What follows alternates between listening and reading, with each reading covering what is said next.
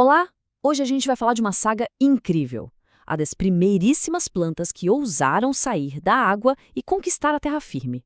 E elas fizeram isso usando duas estratégias completamente diferentes, que deram origem a dois grupos que a gente conhece bem, as briófitas, como os musgos, e as pteridófitas, como as samambaias.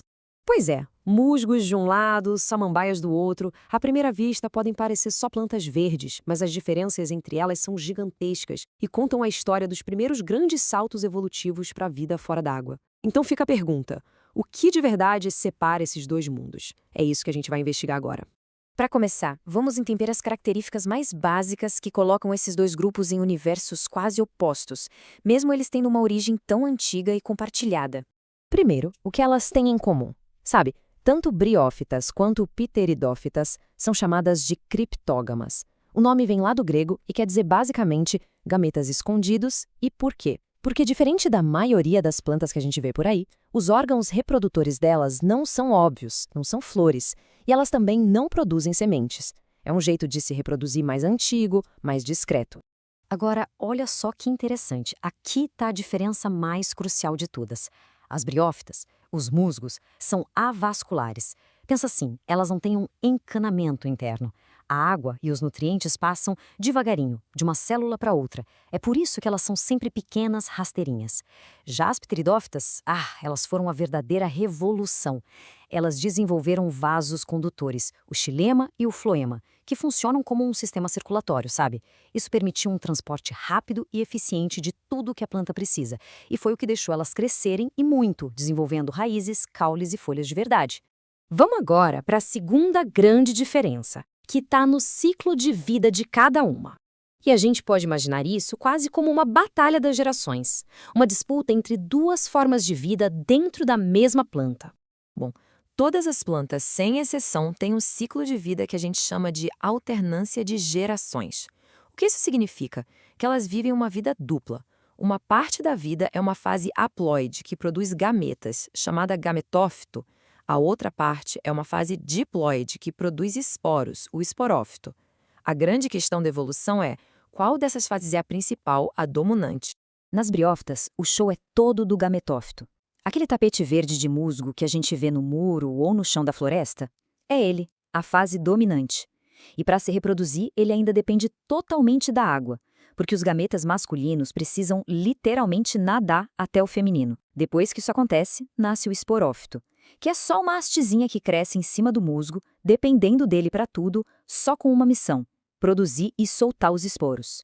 Agora, nas pteridófitas, o jogo virou completamente. A samambaia linda e grande que a gente tem em casa é o esporófito, a fase dominante, complexa. Ela produz esporos naqueles pontinhos que ficam embaixo das folhas, os soros.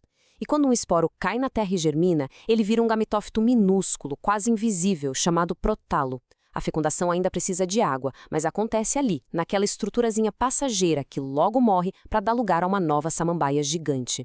Então, o ponto-chave é esse. A troca de dominância, com o esporófito virando a estrela principal, foi uma das inovações mais importantes da história da vida. Foi isso, junto com os vasos condutores, que permitiu que as plantas ficassem maiores, mais fortes e muito mais preparadas para dominar o ambiente terrestre. Mas essa história não é só sobre o passado. Vamos sair um pouco da biologia pura para entender como essas plantas, especialmente as briófitas, tão pequenininhas, têm um papel surpreendente e super importante hoje em dia. Acontece que essas pequenas sobreviventes são extremamente sensíveis ao ambiente. Elas são como esponjas, absorvem tudo que está no ar e na água, sem filtro nenhum. E é exatamente por isso que elas se tornam excelentes contadoras de histórias sobre a saúde do nosso ecossistema.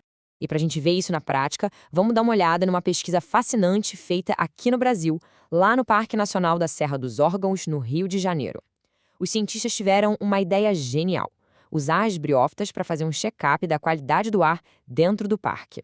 O método que eles usaram foi bem direto ao ponto. Os pesquisadores escolheram 3 trilhas e em cada uma mediram a porcentagem de cobertura de briófitas nos troncos das árvores. A lógica por trás é muito simples. Como as briófitas sofrem com a poluição, a quantidade delas no lugar pode funcionar como um verdadeiro termômetro da qualidade do ar. E aí, o que será que essas plantinhas revelaram? Qual foi o veredito da floresta sobre a qualidade do seu próprio ar? Vamos descobrir. O resultado principal foi de cair o queixo. Na média, a cobertura de briófitas nos troncos das árvores foi de mais ou menos 50%. Isso é muita coisa. É um sinal claro de uma presença muito saudável e bem estabelecida dessas plantas. Olhando os detalhes, a gente vê umas pequenas variações. A trilha Primavera foi a campeã, com 58% de cobertura. A Cartão Postal veio logo atrás, com 52%. Já a Poço Dois Irmãos teve um pouco menos, 41%, talvez por causa de diferenças de umidade ou altitude, mas mesmo assim é um número super expressivo. E isso leva a gente direto para a conclusão dos cientistas. Essa abundância de briófitas é um indicador muito forte de que a qualidade do ar naquelas áreas do parque é boa. As sentinelas silenciosas deram um joinha para a saúde do ambiente. E no final das contas, a presença dessas plantas significa muito mais do que só ar puro. Onde tem muita briófita, tem muita vida. É um sinal claro de uma biodiversidade riquíssima, que justifica qualquer esforço para ser conservada. Elas nos provam que, ao observar os menores seres, a gente consegue ler a saúde do ecossistema inteiro. São a prova viva de que, às vezes, as menores coisas podem nos contar as maiores e mais importantes histórias.